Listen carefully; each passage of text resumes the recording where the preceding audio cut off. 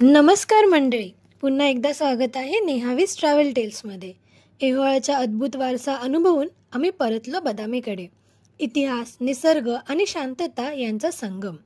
तिथे आम्ही भेट दिली भूतनाथ मंदिराला. भूतनाथ मंदिर हे 7व्या शतकातील चालुक्यकालीन वास्तुकलेचं उत्कृष्ट उदाहरण आहे. भगवान शंकराला अर्पण केलेलं हे मंदिर निसर्ग आणि आध्यात्मिकतेचा सुंदर संगम आहे.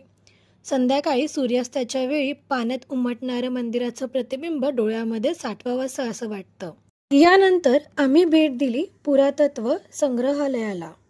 इथे चालुक्यकालीन शिल्प, ब्राझीलच्या मूर्त्या, प्राचीन शिलालेख आणि देवतांच्या प्रतिमा पाहायला मिळतात. विष्णूच्या विविध अवतारांपासून देवी देवतांच्या सूक्ष्म नक्षीकामापर्यंत प्रत्येक कलाकृती त्या काळाची समृद्ध संस्कृती सांगते. त्यानंतर आम्ही गेलो बदामी किल्ल्याते. हा किल्ला लाल दगडाच्या डोंगरावर वसलेला असून 7व्या शतकातील चालुक्य राजांनी याची उभारणी केली. किल्ल्यावर चढताना आजूबाजूच्या गुफा, मंदिरे आणि भव्य प्रवेशद्वार दिसतात.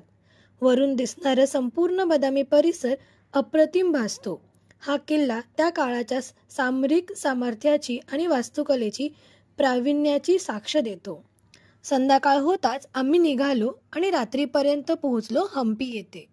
विरूपाक्ष मंदिराजवळ एका छोट्या गेस्ट हाऊसमध्ये मुक्काम ठरला. आता पुढे हम्पीत आपल्याला काय अनुभवायला मिळतं ते बघण्यासाठी आमचा पुढचा व्हिडिओ नक्की बघा. चला तर मग मंडळी, भेटूया आपल्या पुढच्या व्हिडिओमध्ये.